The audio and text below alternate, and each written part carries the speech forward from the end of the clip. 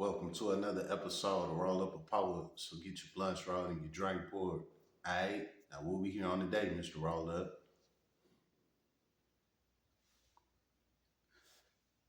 Y'all see him. Y'all see his face. I got something to tell y'all about that look on his face. But we gonna do that by the end of this video. Right now, let's get into it. How about that? First class offender. He has a parole eligibility date of June 29th of 2023. He is not eligible to earn good time. He has a full term date of December the 28th of 2025. He is currently serving a 10-year sentence on the charge of forcible rape. Mr. Carter, is that information accurate? Yes, sir. Mr. Carter, your case has been assigned to Ms. Pearl Wise. She will begin our interview process. Would you please answer any questions she might have? Good morning. How you doing? No, fine. How are you? I'm doing well. Doing well. Thank you for asking. How long you been in jail on this charge? Are you speaking on the original charge or the violation? Let's go with the violation. Okay, I've been in jail for a year and 3 months on the violation. A year and 3 months. Okay. And how old are you today? Today I'm 26. You're age 26. Okay. So tell me a little bit about your. All right, so before we go into it, so the way how this look is that he caught this case and they probably like put him on some probation or something like that, parole or whatever they did, and he violated. Probably his violation was like, if you violate, you can go back to prison up to 10 years. You know what I'm saying? And now he is in jail because he violated his parole, probation, whatever it was. And now he trying to get a parole to get back out. But his ass gonna get smoked because they don't play with parole violations. How about that? Damn screen that went out, popping my shit a little too hard. Hold on.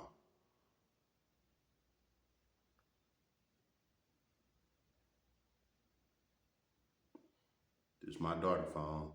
She download way too much shit on this motherfucker, so it move a little slow. How about that? I'm 26. You're age 26. Okay. So tell me a little bit about your violation. Why did you give it go? Well, I got a vote because I wasn't at home at the time, but I was wanting to be at home. You wasn't at home. You're supposed to be at home like a curfew check. Yes, ma'am. Anything else? And that's the only reason you got revoked? Well, another reason is Come on, don't get the I was line. supposed to go to my classes, but I didn't have money to go. And another reason. Look, you don't I really believe see it. I believe those are only two reasons. Main reason was that I was not at home. Okay. You didn't go to sex treatment classes, Mhm. and you missed curfew. Is that correct? Yes, ma'am. Okay. Why wasn't you taking them classes? I keep telling y'all, the parole board biggest issue with you is those programs. How about that? When you're missing curfew, where were you? What were you out doing? Well, I had a girlfriend, and that's when I was most of my time with her. Oh, okay. So you had kind of left. You got a girlfriend, but you out here messing with underage kids. Ain't that make sense, man? Okay. So you recognize now that it's a serious violation because of your sex offense. Mm-hmm. You recognize that now. Very serious. Yes, ma'am. And that's going to be that way for the rest of your life. Mm-hmm. Yes, ma'am. I know that's hard, but it is what it is. Cool. In your situation, the victim's mother, because the young lady is still a minor, the probation parole reached out to the victim's mother, and she indicated that they have forgiven you, and they are unopposed to your early release. What do you say to that? Man, he got lucky with that one. The victim saying, hey, we forgive him. He got lucky with that, and they not opposed to him coming home. He got lucky with that one because a lot of victims don't do shit like that. But then at the same time, these victims, they might be some real street motherfuckers and they might want to see him again. You know what I'm saying? How about that? How does that make you feel hearing that? That made me feel kind of good. My bad. Victim's family, not the victim. The victim's family might be some real street motherfuckers that want to see him again. How about that? Anything else? Well, it makes me feel like owning up to my charge.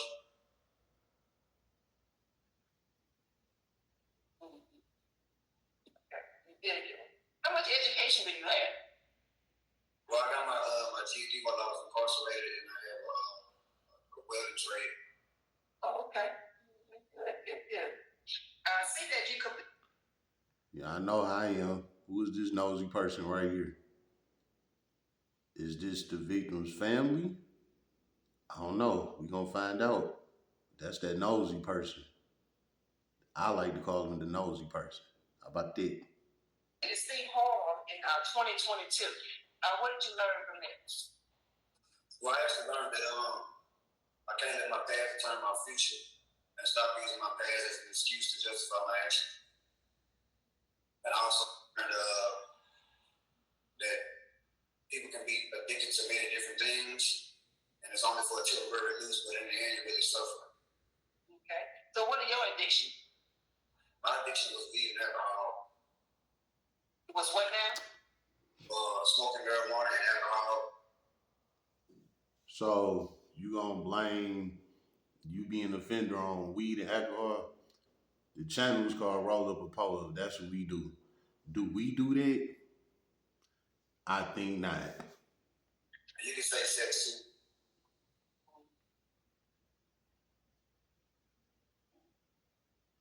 And so, how much of the sex offender treatment program have you completed?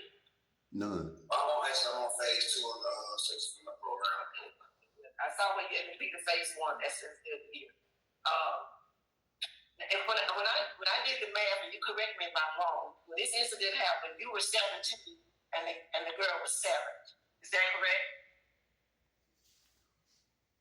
He was 17 and the girl was 7 years old. What is amusing about a 7-year-old? Whether you 27, 37, 47, or 17, what is so amusing about a 7-year-old? I don't understand it, man. I beg your pardon? That is correct. Okay. And I do want to inform you, as a part of this process, we'll reach out to the law enforcement community to get their opinion about early release. Nothing you can do about it. I'm just putting it on the record. The entire law enforcement community is opposed to early release.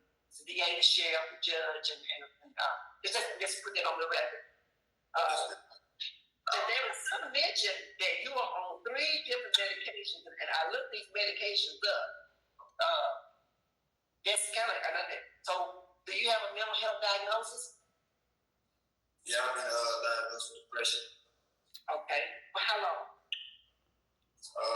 And I actually started. Everybody diagnosed with depression, PTSD, blah, blah, blah, blah, blah, blah. Everybody been diagnosed with that shit. That ain't gonna cut it, homeboy. That is not gonna cut it. How about that? As soon as I got it, once I got, arrested for this charge. Okay. So, but on the street, you weren't being bothered by mental health in no way. No, I never. Hold up. So what I'm getting is that I don't know how old he is now or when he caught this, but what it sounds like is with him being on the register list and things like that, if he get caught up, which he violated, he goes to prison. And this is what's going on. He violated whatever paperwork he had, and now he in prison trying to get out. You know what I'm saying? And this is where it's gonna be hard at him at. It's easy to go in there, and it's hard to get out. How about that? I'm to seek help until I came to jail. Okay. Are you still taking those 3 medications? Yes, ma'am, I am. And see, but one of those medications, when I Google it, it says, it's bipolar. So do you have that diagnosis? Yeah, I believe I have a depression diagnosis. I beg your pardon? I believe I have one for depression. Okay, that's the only one you know. Okay, all right then.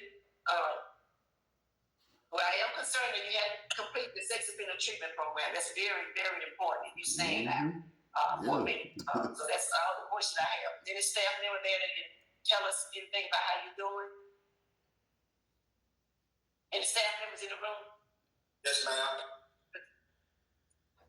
Yes, ma'am. How's Mr. Carter doing? Disciplinaries, write-ups, and things like that. He has not received any disciplinary actions from us while he's been here. All right, thank you. Anything else you can tell me about? What does he do every day? Mr. Carter is still in the Stipulations program. Okay. He's set to graduate in August, so he's taking classes. He's in a MAT class for opiate use, anger management, classes about his addiction, and he's still in his sex offender treatment. All right, thank you. Thank you so much for that. I saw it. Will he complete the section? I have his completion date August 25th. Does that include sex offender treatment? That August graduation date, does that include the sex offender treatment classes as well? No. As long as he's here, he would probably still go to the sex offender treatment classes. But the August graduation is for the Steve Hall. Yes, ma'am. Oh yeah, I put the wrong year. I put August 22. It should have been August 23 in my note. That's where I don't. That's where I'm off. Okay. How much longer would it be before he completes the 4 phases of the sex offender treatment? I think it's self-paced. Isn't it self-paced in y'all's review test? Yeah, as I complete the test and I pass the test, they give me a different phase. I think it's up to like 3 or 4 phases. Can it be completed in 9 months? Right. Is it possible for him to complete the sex offender treatment within 9 months? No. I believe so, as long as he is able to pass those tests. Okay. Have you had any difficulty passing the test, or you passed? Well, y'all know what that means. He's still in progress with his program. So parole denied. Flop. How about that? The first phase test? Yes, sir, I did. Thank you. Now we'll hear from Ms. Herlinda James. Ms. James? There go the nosy person. Not a nosy person about to speak. Let's find out who this nosy person is. How about that? Yes. Ms. Ma'am, we can hear you. Okay. Why don't you give us your name and tell us what you'd like us to know? My name is Herlinda James. I'm Joshua's mother. And I would like y'all to know that he wasn't living with me for a while when he was younger. And I found out, during that time that he was also molested as a child. And he never got treatment for any of the. It's not an excuse. A lot of people get molested as kids. I told y'all before, I went through the same thing with my own cousin. You know what I'm saying? And that shit didn't stop me. So the parole board is not about to excuse that. That's not no excuse. A lot of people done been through this. A lot of people on that parole board. Look, you see them 3 up there? Out of them 3, I can guarantee you probably at least one of them done been through it. So they not going for that shit. How about that? And, because mental health runs deep in my family, especially bipolar and, other mental health issues. And, I just think that he really needs more mental health help. And out here, he couldn't get it because he didn't have insurance.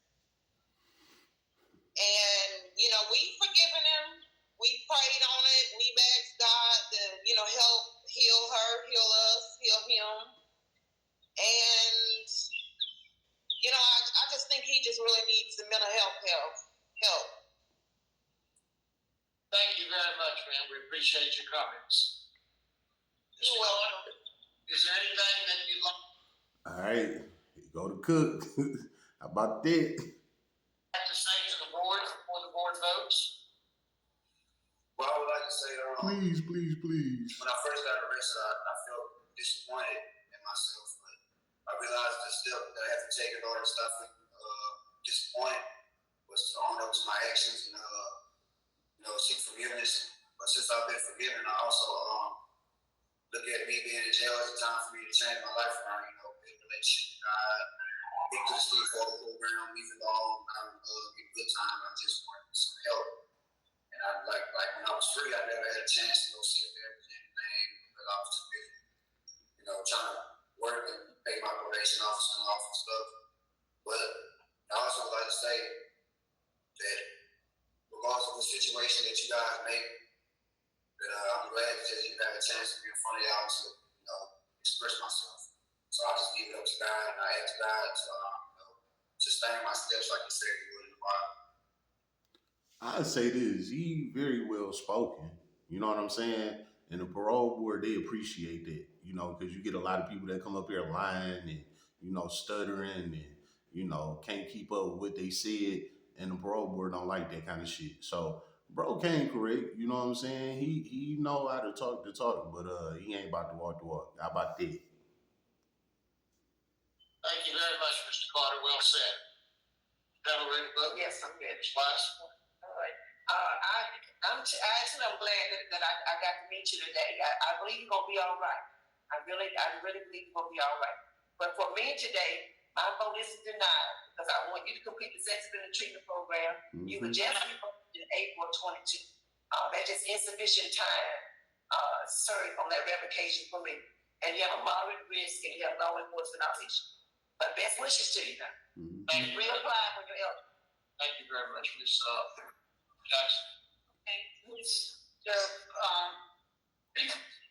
part of my vote would be grant conditionally on completion of the sex offender treatment program, since there is a possibility that you can complete that program in 9 months, and you demonstrated to me that you matured a lot, that you recognize own responsibility, and that's important for me, and you recognize you need to make better choices, and I think you are on the right path. And so my vote is conditional grant upon completion of sex offender. All right. So, as many of these parole hearings that I've been doing, how many times have y'all seen one agree to access his parole, to grant him the parole? We haven't seen that yet, but this is why they have 3 panelists. It's a 2-to-1. In this situation, he got one that denied it and one that went with it. Let's see what the third person got to say. Carter, you have one vote to deny, one vote to grant, but I believe both of them are saying basically the same thing. You need to complete the sex offender treatment. Yep. You need a little help, a little more time to do what you need to do. I likewise would grant conditionally if you're completing the sex offender treatment program. It believes that your case is sex. You need all 3 votes. So your parole today has been denied, but we all agree that you need to continue that sex offender treatment program. And once you complete that program, reapply again, and it's probably likely you'll be granted on that occasion. So good luck to us. All right, that's that. Now, what you got to say, Mr. Roll Up? Well, let's start from the beginning. Remember when I told y'all to look on his face? Let's start there. You know what I'm saying? Nah, that look that he had on his face, you know what that tell me? That tell me that he been in there getting scraped. Meaning them niggas been on his ass. You know what I'm saying? And now he trying to get out. He trying to, easy his way on up out of there. You know what I'm saying? With the slick talking and, doing the phase 1 of his sexual class and things like that, trying to stay out the way, no write-ups and, blah, blah, blah, blah, blah, blah. That's all good. But this what you failing to realize, homie. You committed the crime that you did. They put you on these stipulations. They told you not to violate shit. And if you do, you go to prison. And you did. You missing curfew and you not registering or going to your classes out there in the world, however the sexual thing is set up. Like I said, I don't know nothing about this shit. You know what I'm saying? But whatever it was, he was missing curfew. He wasn't keeping up on his sex offender issues that he got going on. Why you ducking it? I keep telling y'all, when they catch these crimes and shit like that and they do get let out, they not out here walking around scot-free. Like, they being watched through a telescope. You know what I'm saying? Like, for real, they don't play with them. They don't play with them. It's not as simple as it seems. When they catch that kind of case, man, they being watched. You know what I'm saying? And if you're not registering and you're not coming home on time when you're supposed to, that means that they not seeing what you're doing. Now you like off the screen at this point. Why you off the screen? What's going on? Your audience is watching you. Why you step off the screen? Now you got to get punished for it because you know that they watching you and you stepping off the screen off of their watch. So now they got to violate you. You get violated, here you go. Now your ass go to prison. You go to prison, they gonna make you complete that damn program when they tried to let you do it in the world, but you wasn't going for it. So now you in prison and you not getting out until they approve that shit. Now, like I said, with the whole parole board thing with the 2-to-1, he had a 2-to-1, but also the third one agreed with the first one. You know what I'm saying? Granting the parole. But the problem is he didn't complete the program. So they made it sound good, like, yeah, we go with it, we grant you the parole, but it's still being denied because you haven't finished the program. Meaning your parole is denied anyway. They just made it seem good on record. You know what I'm saying? It's funny how the system works, but when they put things on record, they got to make things sound nice and professional as well. It's not always just blam your ass, go back to your cell. Sometimes they got to play that role too and make it seem nice and cool. But at the end of the day, smoke. And he had the upper hand. He had a 2-to-1 agreeing with him. And he still got smoked. You know what I'm saying? This is what I told y'all from the beginning. Them programs is the number one thing. Why? Money. Them programs is big business, especially when you go to prison and you got to take them programs. Because now it's like the system has to fund that program for you. In the world, you go to a certain class, you got to pay for it, blah, blah, blah. That shit going into their pocket. They cut whatever system it is that recommend them to go there. They might get a cut out of it, but the system not getting that full check like they will if your ass is in prison taking that program. You know what I'm saying? So they not about to let you out until you take care of that program. Well, they saying, can he get it done within 9 months? Maybe that might be the next time the parole board want to see him or whatnot, however the case is. But at the end of the day, this guy is supposed to be free. But because he violated his paperwork, he is in prison now. And he not going to get out until he finish that class. Now, let's go back to what I was saying about that look on his face. Because them boys in there on his ass. Y'all see this? This little square block window right here? In prison, well, I'm going to speak on Michigan prison, right? I didn't say this before, but just to the new people that don't know, right? When you go to prison, your cell door is like a door like this. But he got that little window, that little square block window right there, right in the middle of the door, right? With that square block window, your mugshot is being placed on that door. Your mugshot, you and your bundle. Y'all mugshot, your last name, and your prison number is taped to that little block window of your cell door. So when people walk past your cell, they can see your mugshot, your name, and your prison number. So before I get in all that, let me say this. He might have hit the yard and got the line, saying that he was there on a robbery or some shit like that. A lot of niggas do that when they come to prison. You know what I'm saying? They be lying, saying they in there on a robbery and shit like that. But what a lot of guys don't know is that guys in prison can find out what you in there for. They gonna ask you first, you know what I'm saying, to see if you gonna lie and shit. But then, right after that, they gonna walk past your cell door and they gonna see a mugshot right there on the door. They gonna take that number down. They gonna go out there and hop on the phone. They gonna call their people. They gonna be like, hey, look up dog, blah, blah, blah. All they gotta do is look you up on Otis.com and they gonna see exactly what you in there for. And that's how a lot of guys get caught. You know what I'm saying? You gotta remember, this prison, they don't got shit to do. So they gonna analyze you. Just like how the detectives do, you know, when they bring you in and interrogate you, and just like how the lawyers and the prosecutor do when you understand, they cross-examine you. They gonna analyze you. They going over the same shit over and over. They gonna ask you the same question 3-4 times to try and catch you up. And if your ass lying, this is gonna be your end result. They gonna get on your ass. They gonna take your commissary. They gonna beat your ass. You might get stabbed. And guess what? You're going to have a Green Mile or a Damon from Friday up in that motherfucker waiting to stick dick in your ass. I'm just keeping it 100. You know what I'm saying? It might sound a little vulgar, but I'm just keeping it a band. That's what it is. You know what I'm saying? Especially when you in there for fucking with little kids.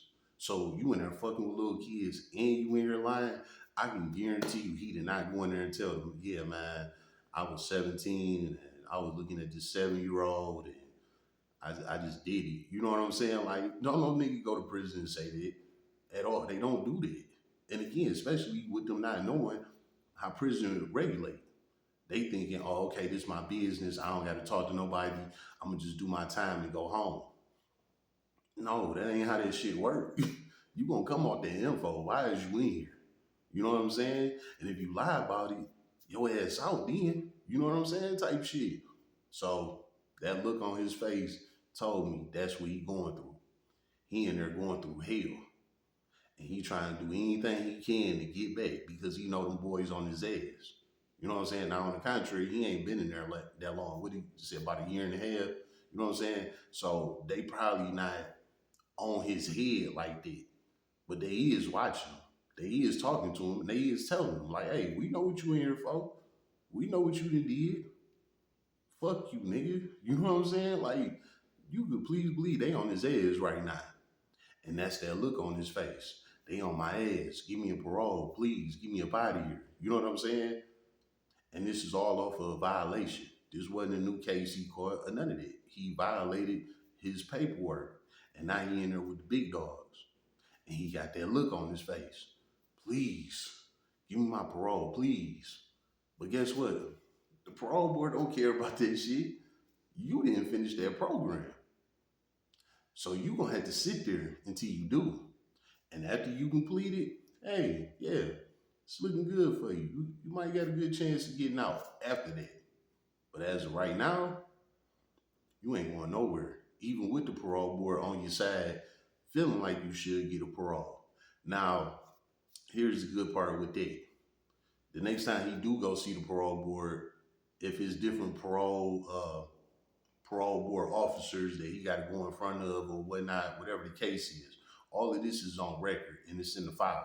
So when they see him again, they're going to pull it up. They're going to be like, oh, okay, well, these parole officers said that, yeah, you was a good fit, you know, for a parole, blah, blah, blah.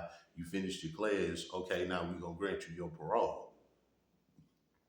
That's a good look on them. You know what I'm saying? Because they already said, like, yeah, we will grant it, but you didn't finish the program. So the next time he go see them and he had the program finished, more than likely he gonna get a parole. You know what I'm saying? So that's the good thing about that situation.